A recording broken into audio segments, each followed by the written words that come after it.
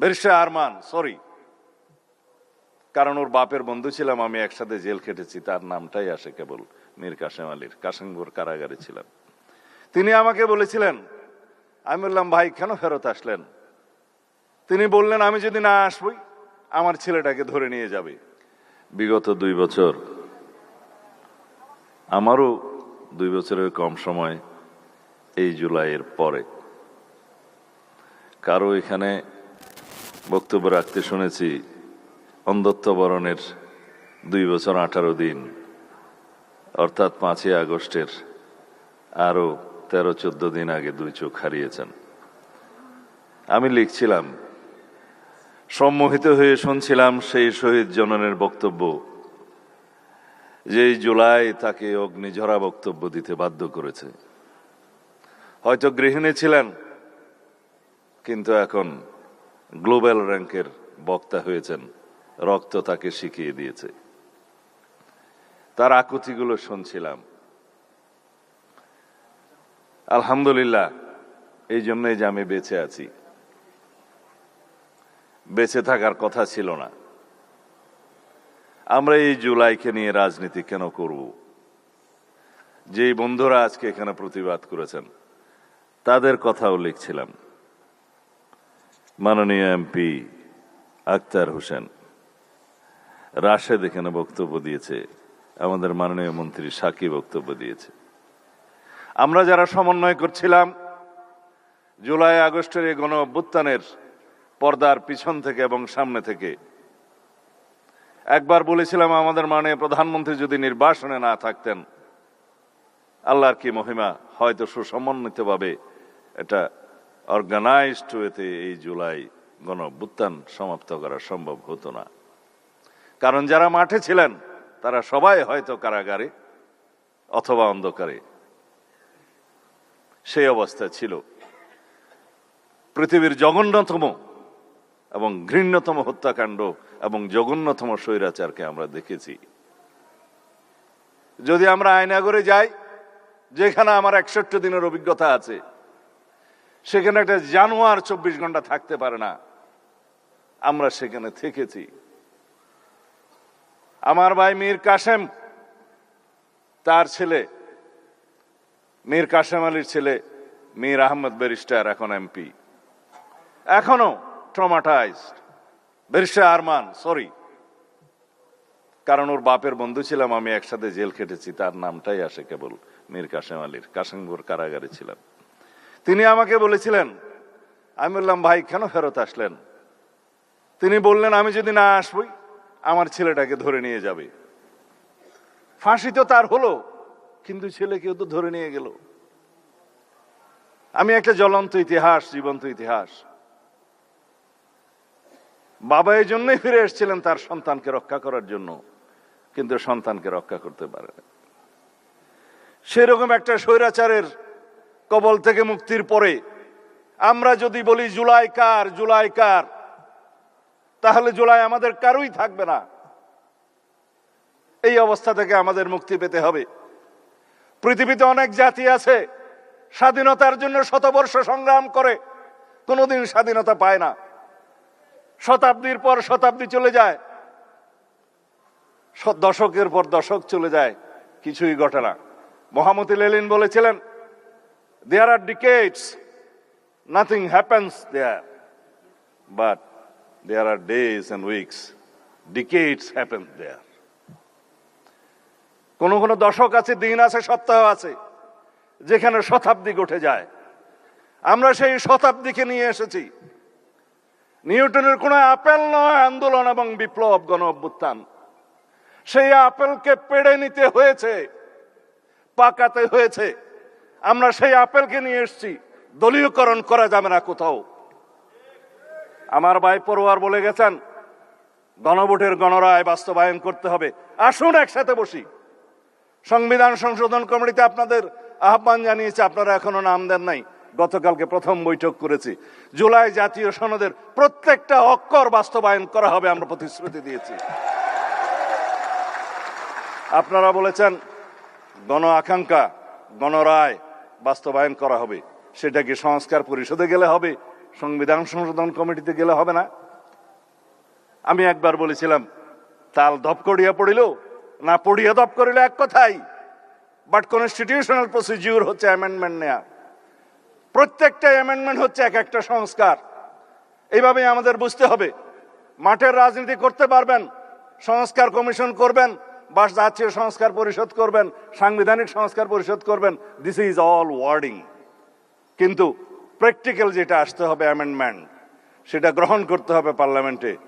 And that would be the 18th amendment of the constitution, which would be historic constitution in our century, যেটার প্রত্যাশা নিয়ে আমাদের শহীদরা শহীদ হয়েছেন, যে আকাঙ্ক্ষা নিয়ে গণ অভ্যুত্থান হয়েছে, যার জন্য আমরা সংগ্রাম করেছি। আমার নিজের 10টি বছর নির্বাসনে গিয়েছে, তাকে আমি বৃথা যেতে দেব না। গুম কমিশন আমরা অধ্যাদেশ পাশ করি নাই, কিন্তু গুমের উপর প্রতিকার এবং গুম প্রতিরোধ আইন নিয়ে এসেছি। আগামী পার্লামেন্টে আসবে ইনশাআল্লাহ। যেটা সিস্টেমেটিক এনফোর্স ডিসঅ্যাপিয়ারেন্সের জন্য আইটিসি অ্যাক্টের বিধান আছে, সেখানে মৃত্যুদণ্ড সহ কড়া শাস্তি আছে। বাকি সবগুলো ডিফাইন করেছে আমরা গুম প্রতিকার ও গুম প্রতিরোধ আইনে, যেগুলো আপনারা আইনটা নিয়ে আসলে দেখবেন। আমরা এখনো ওয়েবসাইটে দিয়েছি, ওখানেও দেখতে পারেন। সেই অগ্নিজরা জিনগুলো, আমি যদি লম্বা বক্তব্য দিই মাননীয় রাষ্ট্রপতির সময় থাকবে না। এখানে আপনারা অনেক অপেক্ষা করছেন, কিছু বিভ্রান্তিও মাঝখানে হয়েছে, যার জন্য আমার অনেক কথা বলার ইচ্ছা আছে। তবে অনেক কথা আজকে যাব বলে কিছু কথা না বলি। তার মানে হচ্ছে আন্দোলনের দিনলিপি। যারা বলেছেন যে 36 দিনের জুলাই, এই মুক্তির মন্দির সোপান একদিনে নির্মিত হয়নি। এই সোপান নির্মিত হয়েছে 2009 থেকে শুরু করে 2024 পর্যন্ত। আমরা বলি সেই মানুষ হন, be that personality whom man follows, তিনি হচ্ছেন বেগম খালেদা জিয়া। তিনি ত্যাগ স্বীকার করেছেন, সন্তান হারিয়েছেন, নিজের জীবন বিসর্জন দিয়ে হলেও, চিকিৎসায় না গিয়ে হলেও আপোষহীনভাবে বাংলাদেশের জন্য প্রাণ দিয়েছেন। আজকে শুয়ে আছেন এই আমাদের পাশে। তার অবদান নেই? 36 কি এমনিতেই হয়েছে জুলাই? দীর্ঘদিনের এক এক দিনের বিন্দু বিন্দু জমে আমাদের এই সিন্ধু হয়েছে, একদিনে হয় নাই। 2009 থেকে 2024 পর্যন্ত বিএনপির, ছাত্র দলের, যুব দলের, অন্যান্য বিরোধী দলের, ফ্যাসিবাদ বিরোধী গণতান্ত্রিক আন্দোলনের সকল কর্মী নেতারা গুম খুন শিকার হয়েছে, হামলা মামলার শিকার হয়েছে অসংখ্য। কোথায় যাবে সেই ইতিহাস? যারা স্বামী হারিয়েছে, স্ত্রী তার স্বামী হারিয়েছে, মা তার সন্তানকে হারিয়েছে, গুম হয়ে আজও ফিরে নাই আমার বন্ধু ইলিয়াস, তাদের কি হবে? একদিনে হয়েছে জুলাই? স্বৈরাচারের পতন কি একদিনে হয়? পৃথিবীর ইতিহাসে সেটা আছে? নাই। যদি বলি কোন আন্দোলন অহিংস সহিংস হবে, সেটা সাধারণ মানুষ নির্ধারণ করে না, সেটা মহাত্মা গান্ধী নির্ধারণ করে না। এই আন্দোলন রক্তজরা আন্দোলন, এই আন্দোলন রক্তাক্ত হবে কিনা, এই আন্দোলন সহিংস হবে কিনা, সেটা নির্ধারণ করে দিয়েছে ফ্যাসিবাদী শেখ হাসিনা। আমরা প্রতিবাদ করেছি, আমাদের ছেলেরা মেয়েরা প্রতিবাদ করেছে, শূন্য হাতে রক্তাক্ত হয়েছে, রক্তে রঞ্জিত হয়েছে, শহীদ হয়েছে, রাজপথ পিচ্ছিল করেছে, তারপরে গণ অভ্যুত্থান হয়েছে, ফ্যাসিবাদের মুক্তি হয়েছে। যখন কোনো আন্দোলন তার নিয়মতান্ত্রিক গণতান্ত্রিক পদ্ধতিতে পরিচালিত হতে দেয়া হয় না, তখন ইনএভিটেবল হয়ে যায়, অপরিহার্য হয়ে যায় সহিংস রক্তাক্ত আন্দোলনের। সেটাই হয়েছে বাংলাদেশে। 2009 থেকে 2024-এর সেই সোপানগুলো বাদ দিলে জুলাইয়ের 36 দিনে কি এই আপেল টপকিয়ে পড়েছে নিউটনের আপেল? না। বন্ধুদের বুঝতে বলবো, যারা জুলাই চেতনার উপর নির্ভর করে রাজনীতি করছে, সেই রাজনীতি করা যাবে না। 71-এর চেতনাকে বিক্রি করতে করতে ফ্যাসিবাদী শেখ হাসিনা দিল্লি যেয়ে বসে আছে। আমি অনেকবার বক্তব্য দিয়েছি, শেখ হাসিনা এবং আওয়ামী লীগের রাজনৈতিক মৃত্যু হয়েছে ঢাকায়, দাফন হয়েছে দিল্লিতে। কেন বলেছি? তারা এই চেতনা বিক্রি করতে করতে বাংলাদেশকে এমন একটা জায়গায় নিয়ে গিয়েছিল, যারা মুক্তিযুদ্ধের চেতনা বললে মানুষ ঘৃণা করত। আমরা যেন জুলাইয়ের এই চেতনাকে কোনোদিন অসম্মান না করতে হয় সেই রকম রাজনীতি করি। জুলাই আমাদের সবার, বাংলাদেশের 18 কোটি 20 কোটি মানুষের সবার সম্মিলিত প্রয়াসে আমরা কেউ কেউ হয়তো নেতৃত্ব দিয়েছি, আমাদের সামনের সারিতে যারা শহীদ হয়েছেন তারাই হচ্ছে আসল জুলাই যুদ্ধ, আসল নেতা। তাদের আকাঙ্ক্ষা বাস্তবায়ন করাই হবে আমাদের জন্য ফরজ। অথচ জুলাইয়ের কৃতিত্ব নেওয়ার জন্য, রাজনীতি করার জন্য সবাই প্রতিযোগিতায় নেমেছে।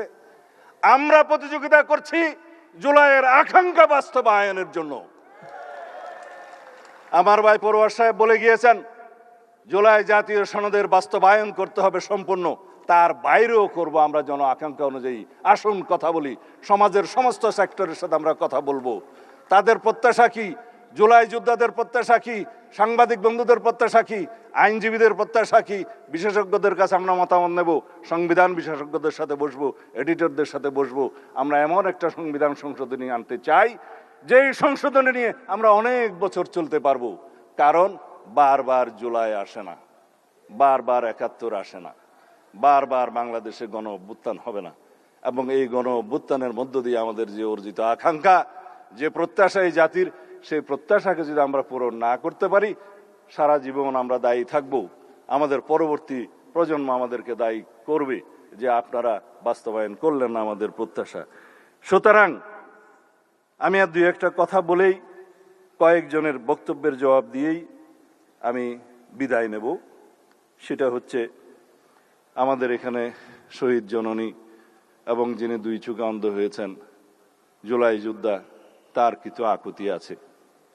আমি মুক্তিযুদ্ধ মন্ত্রণালয়কে অনুরোধ করব, যারা আহত হয়েছেন, কর্ম করে খেতে পারবেন, তাদের বিবেচনা একটা ক্লাস করতে হবে। আর যারা এমন আহত হয়েছেন যে জীবনের জন্য বেকার হয়ে গেছেন, কিছুই করতে পারবে না, তাদের জন্য একটা ক্যাটাগরি করতে হবে। তারা যেমন 2 যুগে যুদ্ধ হয়েছে। যেই শহীদ জননী বক্তব্য দিয়ে গিয়েছেন, তার আকুতি আপনাদের শুনতে হবে। সবাই একই রকম ক্ষতিগ্রস্ত না। আমিও পার্লামেন্টে আপনাদের পক্ষে জবাব দিয়েছিলাম, ক, খ এবং গ শ্রেণীর অন্তর্ভুক্ত করে শহীদ, বেশি আহত এবং কম আহত, এইভাবে আপনারা পরীক্ষা করে দেখবেন। যারা তালিকাভুক্ত হতে পারে নাই, সেটা অবশ্যই আমাদেরকে তালিকাভুক্ত করতে হবে। আমি সবাইকে অনুরোধ করব, যারা বলছেন আওয়ামী লীগের রাজনৈতিক দল হিসাবে বিচার পরিচালনা করতে হবে, সেটা তো আমার বক্তব্য ছিল। 2025-এর 5ই ফেব্রুয়ারি প্রথম আমি এই দাবি তুলি প্রেস ক্লাবে, এখনো অডিও ভিডিও সব পাওয়া যায়। দলের পক্ষ থেকে বলেছি, রাজনৈতিক দল হিসাবে বিচার সুগম করার জন্য কনস্টিটিউশন আর্টিকেল 47-এর অনুসরণে আমরা আইন সংশোধন করেছি, আইসিটি একটা আছে। আমরা সেইভাবে ব্যক্তির যেভাবে বিচার করা যায়, এই মানবতা বিরোধী এবং গণহত্যার জন্য সংগঠনেরও সেরকম বিচার করা যায়। আদালত নির্ধারণ করবে আওয়ামী লীগের পরিণতি কি হবে। আমরা এক্সিকিউটিভ অর্ডারে যেমন কোন রাজনৈতিক দলের নিষিদ্ধ ঘোষণা চাই না, কিন্তু বিচারিক প্রক্রিয়া অবশ্যই আদালত নির্ধারণ করবে